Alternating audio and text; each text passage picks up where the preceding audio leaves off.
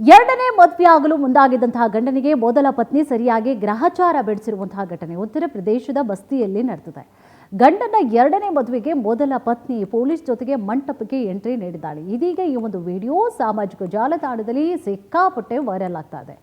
ಗಣೇಶಪುರದ ವಾಲ್ಟರ್ಗಂಜ್ನ ವಿನಯ್ ಅಂಗದ್ ಶರ್ಮಾ ಅನ್ನುವಂತಹ ವ್ಯಕ್ತಿ ಪಿರೈಲಾ ಅನ್ನುವಂತಹ ಊರಿನ ಯುವತಿಯನ್ನ ಮದುವೆ ಆಗಬೇಕು ಅಂತ ಹೇಳಿ ಮುಂದಾಗಿರ್ತಾರೆ. ಈ ವಿಚಾರ ತಿಳಿದು ಮೊದಲನೇ ಪತ್ನಿ ರೇಷ್ಮಾ ಇನ್ನು ಮದುವೆ ಮಂಟಪಕ್ಕೆ ಪೊಲೀಸರ ಜೊತೆಗೆ ಬಂದಿರ್ತಾಳೆ. ಈ ವೇಳೆಯಲ್ಲಿ ಅಲ್ಲಿ ದೊಡ್ಡ ಹೈಡ್ರಾಮವೇ ನಡೆದು ಹೋಗಿದೆ. ಈ ಬಗ್ಗೆ ಪೊಲೀಸರು ವಿನಯ್ನನ್ನ ಪ್ರಶ್ನೆ ಮಾಡ್ತಾರೆ. ಮೊದಲ ಪತ್ನಿ ಬದುಕಿದ್ರೂ ಕೂಡ ಯಾಕೆ ಇನ್ನೊಂದು ಮದುವೆ ಆಗ್ತಾ ಇದೆಯಾ ಅಂತ ಹೇಳಿ ಪ್ರಶ್ನೆ ಮಾಡಿದ್ದಾರೆ.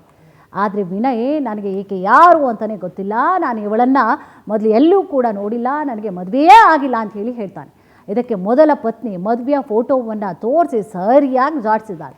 ಇನ್ನು ವಿನಯ್ನನ್ನ ಮದುವೆ ಆಗಲು ಹೊರಟಿದ್ದಂಥ ವಧು ಮಂಟಪದಿಂದ ಎದ್ದು ಕೋಣೆಗೆ ಹೋಗಿದ್ದಾಳೆ. ಮದುವನ್ನು ಮನೆಯವರು ಸಮಾಧಾನ ಮಾಡಿ ಮದುವೆಯನ್ನು ಮುರಿದಿದ್ದಾರೆ.